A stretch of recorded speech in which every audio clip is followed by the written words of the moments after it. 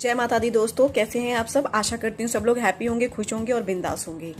कैसी रही सबकी दुर्गा पूजा। आशा करती हूँ सबकी दुर्गा पूजा बहुत अच्छे से हुई होगी। सबने बहुत अच्छे से माता के त्योहार को सेलिब्रेट किया होगा, मनाया होगा और बहुत बढ़िया तरीके से सबको माता का आशीर्वाद भी मिला होगा। आज हम बात करेंगे यहाँ पर दशहरा के बारे में फ्रेंड, जो कि कल है 5 अक्टूबर 2022 को है। दशहरा के दिन ये तो हम सभी जानते हैं फ्रेंड्स, दशहरा के दिन क्या किया जाता है और क्यों हम लोग दशहरा मनाते हैं। जैसे कि सभी को पता है इस बारे में कि दशहरे के दिन रावण का वध हुआ था, बुराई पर अच्छाई की जीत हुई थी और भगवान श्री राम ने जो है रावण का वध किया था। इसलिए दशहरा का त्योहार मनाया जाता है और इसी दिन जो है भगवान श्री राम अयोध्या लौटने का उन्होंने निर्णय लिया था। अश्विनी माह के शुक्ल पक्ष की 10वीं तिथि को दशहरा का पर्व मनाया जाता है। इसे विजयदशमी के नाम से भी जाना जाता है, क्योंकि त्रेता युग में इसी तिथि को भगवान राम ने लंका के रावण को पराजित कर बुराई पर अच्छाई की जीत दर्ज की थी। धार्मिक मान्यता है कि इस तिथि को बहुत ही विधि विधान से पूजा अर्चना करनी चाहिए, जिससे कि हम अपने जीवन में आने वाले शत्रुओं पर विजय पा सके और अपने जीवन में आने वाली सारी परेशानियों से हम निजात पा सकें। दशहरा क्या है? 10 इंद्रियों पर विजय का पर्व है दशहरा। असत्य पर सत्य की विजय है दशहरा। बहिर्मुखता पर अंतर्मुखता की विजय का पर्व है दशहरा। अन्याय पर न्याय की विजय का पर्व है दशहरा। दुराचार पर सदाचार की विजय का पर्व है दशहरा। तमोगुण और देवी गुणों की विजय का पर्व है दशहरा। दुष्कर्मों पर सत्य कर्मों की विजय का पर्व है। भोग पर योग की विजय का पर्व है। असुर तत्व पर देव तत्व की विजय का पर्व है दशहरा। जीव तत्व पर शिव तत्व की विजय का पर्व है दशहरा। वनस्पति पूजन बहुत ही धूमधाम से मनाया जाता है। विशेषकर दशहरा के दिन 2 वनस्पतियों की पूजा हमें विशेषकर करनी चाहिए। ये दशहरा जो है सिर्फ भारत में ही नहीं है, विदेशों में भी मनाया जाता है, क्योंकि हमारे इंडिया की जो संस्कृति है, हमारे भारत की जो संस्कृति है वो पूरी तरीके से ग्लोबल है। ये सिर्फ भारत के ही अंदर नहीं इसका सेलिब्रेशन होता है, किसी भी तीज का या त्योहार का। दूर विदेशों में भी आप जाकर देखेंगे तो वहां पर भी हमारे सारे तीजों त्योहार को मनाया जाता है। दशहरा के दिन 2 वनस्पतियों की विशेषकर आपको पूजा अर्चना करनी चाहिए। एक है समी का पौधा। समी के पौधे की पत्तियों को स्वर्ण मान करके आदान प्रदान से सम्मान उनको जो एक दूसरे को दिया जाता है, कि बहुत ज्यादा मान्यता है हिंदू धर्म में और वास्तुशास्त्र के अनुसार से भी जो लोग समी के पौधे की उपासना करते हैं, उनकी पूजा अर्चना करते हैं, उनके जीवन में कभी भी शनि की कुदृष्टि नहीं पड़ती है।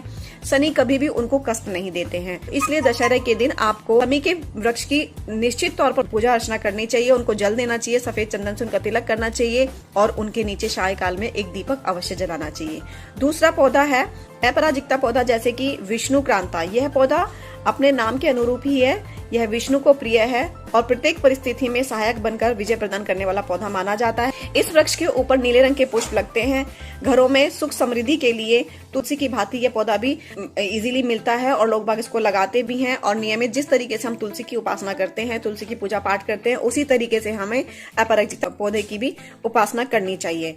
दशहरे के दिन है जब श्री राम रावण के साथ युद्ध करने गए थे, तो तब उन्होंने सबसे पहले माता दुर्गा की उपासना करी थी, 7 समी के वृक्ष की उपासना करी थी, उनकी पूजा करी थी और उनसे आशीर्वाद प्राप्त किया था। हिंदू धर्म में दशहरे के दिन समी के पौधे की पूजा अर्चना करनी चाहिए और साथ ही साथ इस दिन माता दुर्गा की भी उपासना करी जाती है। लेकिन दशहरे के दिन दुर्गा माता की जो उपासना है वो मध्याह्न शुभ मुहूर्त में माता रानी की पूजा करें। और माता दुर्गा की जो पूजा उपासना करी जाती है दशहरे के दिन, ये प्रहांत में करी जाती है, दोपहर में करी जाती है। ये सुबह या शाम को नहीं करी जाती है। लेकिन समी के पौधे की जो उपासना है वो आप शाम को भी कर सकते हैं और सुबह में भी कर सकते हैं। अब बात कर लेते हैं दशहरे के दिन के कुछ महा उपायों के बारे में। शमी के पौधे की जब आप पूजा करेंगे तो जो पूजन रावण दहन के बाद इसकी कुछ पत्तियां लें और उनको स्वर्ण पत्तियों के रूप में एक दूसरे के सह सम्मान प्रदान करें। शमी के पौधे की पत्तियां एक दूसरे को प्रदान करते हैं तो माना जाता है कि हम उसे स्वर्ण दे रहे हैं और सोने का दान करना बहुत ही बड़ा दान माना जाता है। इसको करने से आपके घर में उल्लास, इस परंपरा में विजय उल्लास पर्व की कामना के साथ समृद्धि की कामना करते हैं। दशहरे के दिन कुछ ऐसे इम्पोर्टेंट उपाय के बारे में जिनको आपको निश्चित तौर पर करना चाहिए। दशहरे के दिन मध्याह्न शुभ मुहूर्त में माता रानी की पूजा जरूर करें। इसमें आपको क्या करना है, 10 प्रकार के कोई भी फल आप ले सकते हैं। इस मौसम में जो भी फल आपको मार्केट में मिले उस तरीके से आपको 10 फल लेने हैं।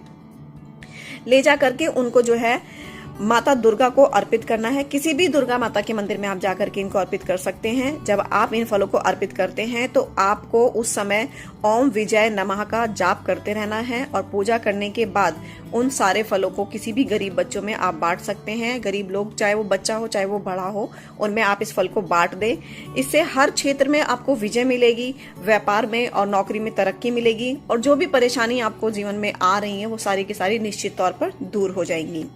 दशहरा का विजयदशमी के दिन नीलकंठ का दर्शन करें। मान्यता है ऐसा करने से शत्रु पराजित होते हैं। दशहरे के दिन अगर आपको साक्षात नीलकंठ दिख जाते हैं, ये बहुत बहुत बहुत ही शुभ माना जाता है फ्रेंड्स, क्योंकि नीलकंठ जो है भगवान शिव का स्वरूप माना गया है। दशहरे को शाम को माता लक्ष्मी का ध्यान करते हुए किसी मंदिर में जाकर के झाड़ू का दान करें। इससे घर में सुख समृद्धि आती है। दशहरे के दिन साबुत पानी वाला एक नारियल लें और उसको अपने सर के ऊपर से 21 बार घुमा लें। अब इसे दशहरा के रावण दहन की अग्नि में डाल दें। मान्यता है ऐसे करने से सारे रोग ठीक हो जाते हैं। दशहरे के दिन सुंदरकांड का पाठ करने से सभी रोग और मानसिक परेशानियां दूर हो जाएंगी। जैसे कि मैंने आपको बताया कि दशहरा के दिन अपराजिता देवी की पूजा करी जाती है। अपराजिता देवी ये देवी का नाम भी है, और दूसरी बात, जो कभी भी पराजित नहीं होती हैं वो अपराजिता देवी हैं। साथ ही साथ ये एक पौधे का नाम भी है जिसके ऊपर नीले रंग के फूल लगते हैं। वास्तु के अनुसार दशहरा के दिन देवी अपराजिता की पूजा करनी चाहिए। देवी अपराजिता की पूजा करते वक्त हमें कुछ ऐसी इंपॉर्टेंट बातें हैं जिनको हमेशा ही हमें ध्यान में रखना चाहिए। पूजा जब भी होती है अपराजिता देवी की, वो दोपहर के समय में होती है और दोपहर के समय में ही करनी चाहिए। और जब भी हम इनकी पूजा करते हैं तो हमारा मुख जो है उत्तर पूर्व की दिशा में चाहिए, या अपने घर के ईशान कोण में बैठ करके आपको देवी अपराजिता की पूजा करनी चाहिए।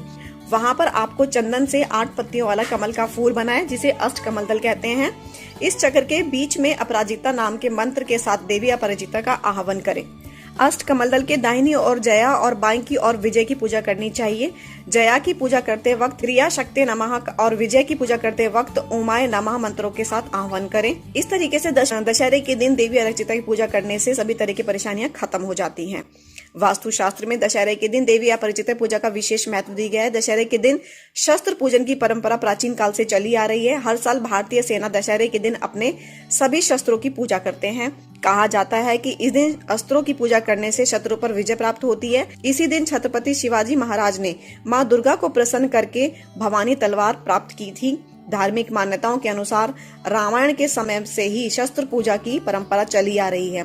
लंका पर आक्रमण करने से पहले श्री राम ने भी शस्त्रों की पूजा करने के बाद रावण को परास्त किया था।